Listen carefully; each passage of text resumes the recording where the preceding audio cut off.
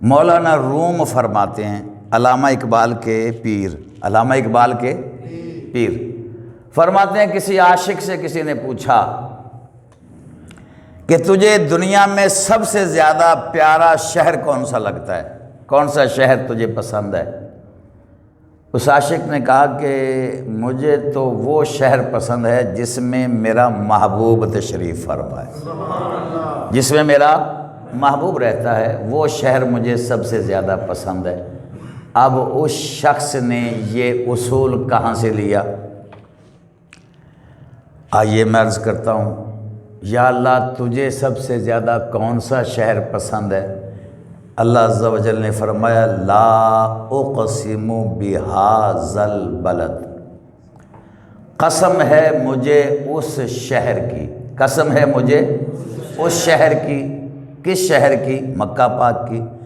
یا اللہ یہ تو نے قسم اس لیے اٹھائی ہے کہ یہاں پر بیت اللہ شریف موجود ہے، یا یہ قسم اس لیے اٹھائی گئی ہے کہ یہاں پر حجر اسود موجود ہے، یا یہ قسم اس لیے اٹھائی گئی ہے کہ یہاں صفا اور مروہ جو شعائر اللہ ہے وہ موجود ہیں، یا یہ قسم اس لیے اٹھائی گئی ہے کہ یہاں منی، عرفات اور مزدلفہ کے میدان موجود ہیں، یا اللہ یا یہ قسم اس لیے اٹھائی گئی ہے کہ یہاں آب زمزم کا کنواں موجود ہے۔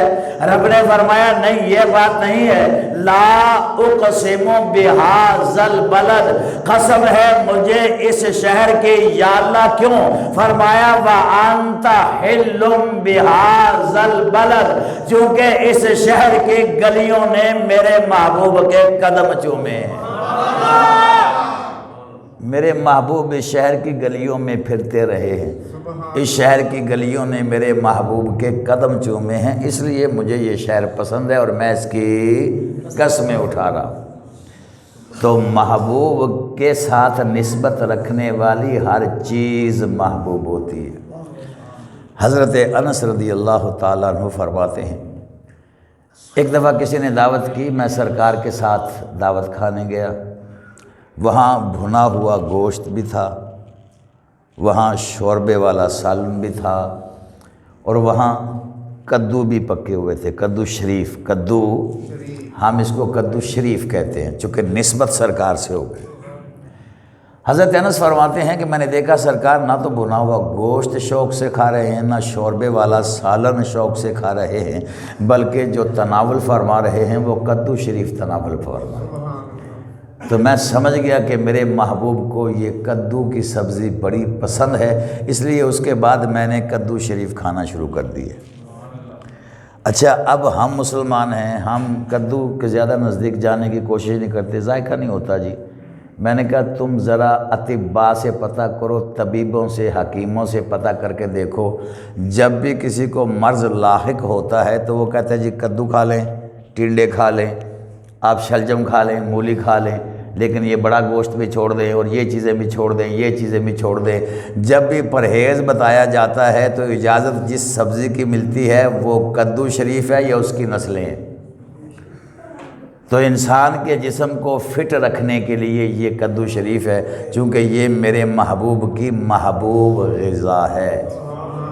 تو صحابہ کی محبت آپ نے دیکھی کہ سرکار کی نسبت کدو سے ہوئی، تو ہم کدو نہیں کہتے، کدو شریف کہتے ہیں۔ کیا کہتے ہیں؟ اور اس کو شوق سے کھایا بھی کریں، یہ بڑی اچھی چیز ہے، طب کے لحاظ سے بڑی اچھی چیز ہے۔ اسی طرح حضرت عمر فاروق رضی اللہ تعالیٰ عنہ کعبۃ اللہ کا طواف کر رہے ہیں، انہوں نے اپنا عقیدہ دیا ہے، بتایا ہے۔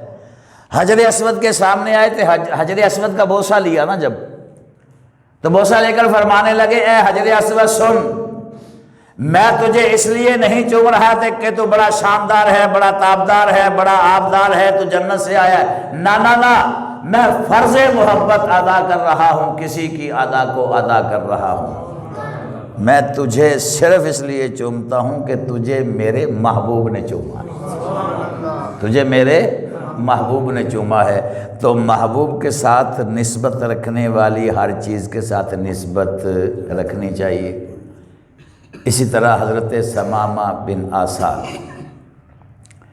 سرکار دو عالم صلی اللہ علیہ وسلم نے لشکر بھیجا یمامہ میں جنگ کے لیے۔ یمامہ قبیلے کا سردار ثمامہ بن آسال گرفتار ہو گیا، سرکار کی بارگاہ میں لایا گیا، مسجد نبوی کے ستون کے ساتھ اس کو باندھ دیا گیا، کھانے کے لیے اور رفع حاجت کے لیے اس کو کھولا جاتا تھا، ورنہ وہیں باندھا جاتا تھا۔ وہ سرکار کو دیکھتا رہا، نماز کے لیے سرکار تشریف لاتے ہیں، فجر میں، ظہر میں، عصر میں، مغرب میں، عشاء میں، تو پھر سرکار اس سے پوچھ لیتے، اے ثمامہ بتا تیرے ساتھ کیا سلوک کیا جائے؟ تو وہ کہتا تھا، سرکار یہ تو آپ کی مرضی ہے، اگر آپ مجھے قتل کریں گے تو ایک قاتل کو ماریں گے، چونکہ میں نے مسلمانوں کو قتل کیا ہے، اور اگر آپ مجھے چھوڑ دیتے ہیں، معاف کر دیتے ہیں، تو یہ آپ کی مرضی ہے، لیکن میں آپ سے معافی بھی نہیں مانگوں گا۔ سرکار نے فرمایا مانگنے کی ضرورت نہیں ہے، کلمہ پڑھ لو تجھے چھوڑ دیا جائے گا۔ اس نے کہا نہیں جناب، کلمہ تو میں نہیں پڑھتا۔ سرکار نے فرمایا چلو کوئی بات نہیں۔ اگلا دن پھر اس نے دیکھا، فجر، ظہر، عصر، مغرب، عشاء سرکار کا دیدار ہوا۔ سرکار نے شام کو پھر پوچھا، ثمامہ بن آسال تیرے ساتھ کیا سلوک کیا جائے؟ اس نے کہا سرکار اگر آپ ماریں گے تو ایک قاتل کو ماریں گے، چھوڑ دیں گے تو یہ آپ کی مرضی ہے۔ سرکار نے فرمایا کلمہ پڑھ لو چھوڑ دیا جائے گا۔ اس نے کہا جی کلمہ تو میں نے نہیں پڑھنا، آپ چھوڑیں یا ماریں یہ آپ کی مرضی ہے۔ خیر تیسرا دن آ گیا، اس نے دیکھا فجر، ظہر، عصر، مغرب، سرکار کو دیکھتا ہے، سرکار کے سلوک کو دیکھتا ہے، صحابہ کے ساتھ کیا سلوک ہے سرکار دو عالم صلی اللہ علیہ وسلم کا، تو یہ دیکھتا ہے، دل ہی دل میں کہتا ہے کہ قید پہ آج ملے پیارا تے واہ واہ بندے خانہ اے ناقیدہ تو میں وارا جو بے قید زمانہ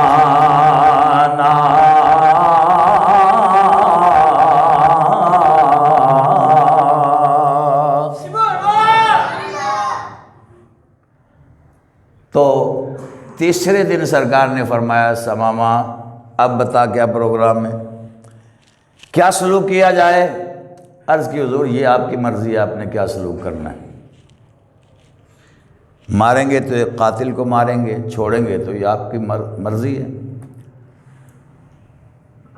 سرکار نے فرمایا تجھے تو پتہ ہے، میں نے تجھے بتایا۔ اس نے کہا جی کلمہ تو میں نہیں پڑھوں گا۔ سرکار نے فرمایا ٹھیک ہے چھوڑ دو اس کو چھوڑ دو۔ چھوڑ دیا گیا۔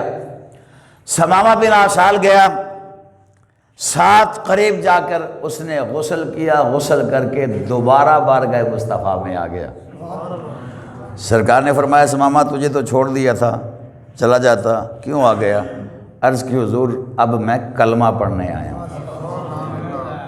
میں یہ سمجھتا تھا کہ شاید کلمہ پڑھے بغیر آپ نہیں چھوڑیں گے، تو میں دیکھنا چاہتا تھا۔ سرکار نے فرمایا میں زبردستی کسی کو کلمہ پڑھانے کا قائل نہیں ہوں، جب تک تیرا دل گواہی نہ دے تجھے کلمہ پڑھانے کا فائدہ نہیں ہے۔ پوچھا میں ضرور کرتا تھا، لیکن تیرے دل نے گواہی نہیں دی تو تجھے قید بھی کب تک رکھا جا سکتا تھا؟ جا تجھے ہم نے آزاد کر دیا، جا چلا جا۔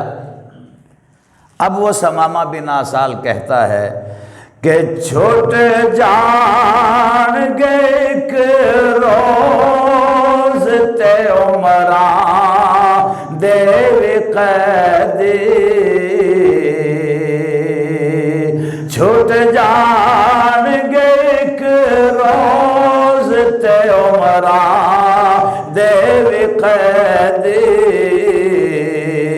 چھوٹ جان گے ایک روز تے عمراں دے قیدی، زلفان دے اسیران رہا کون کرے گا،